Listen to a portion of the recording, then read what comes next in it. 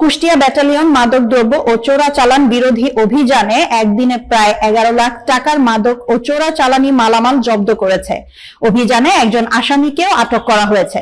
কুষ্টিয়া প্রতিনিধি মোহাম্মদ আমিরুল ইসলাম জানান, রোববার সকালে কুষ্টিয়া ব্যাটালিয়নের অধীন তেঁতুলবাড়ি বিওপির দায়িত্বপূর্ণ এলাকায় সীমান্ত পিলার 138/4 এর কাছে নিয়মিত টহলকালে বাংলাদেশি নাগরিক শান্ত ইসলামকে আটক করা হয়।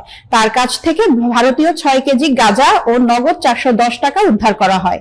এ জব্দের আনুমানিক মূল্য 21,410 টাকা। একই দিনে দুপুরে কুষ্টিয়া জেলার মিরপুর রেলওয়ে স্টেশন এলাকায় বিশেষ অভিযান চালিয়ে 19,600 প্যাকেট অবৈধ নকল বিড়ি উদ্ধার করে বিজিবি। উদ্ধারকৃত এসব বিড়ির আনুমানিক মূল্য 10,78,000 টাকা। এছাড়া সকালে জামালপুর বিওপি দায়িত্বপূর্ণ এলাকায় পৃথক আরেক অভিযানে মালিকবিহীন অবস্থায় 600 গ্রাম ভারতীয় গাঁজা উদ্ধার করা হয়, যার আনুমানিক মূল্য 2,100 টাকা। সব মিলিয়ে আজকের অভিযানে আটককৃত মাদক দ্রব্য ও চোরাচালানি মালামালের মোট সিজার মূল্য 11,01,510 টাকা। বিজিবি জানিয়েছে, আটক আসামি সহ উদ্ধারকৃত মাদক ও নগদ টাকা গাংনী থানায় হস্তান্তর করে মামলা দায়ের প্রক্রিয়া চলছে।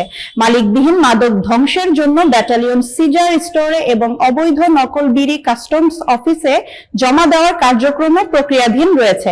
কুষ্টিয়া ব্যাটালিয়ন জানিয়েছে, সীমান্ত নিরাপত্তা নিশ্চিত করতে এবং মাদক ও চোরাচালান প্রতিরোধে বিজিবি কঠোর অবস্থানে রয়েছে। ভবিষ্যতেও এ ধরনের অভিযান আরো জোরদার করা হবে।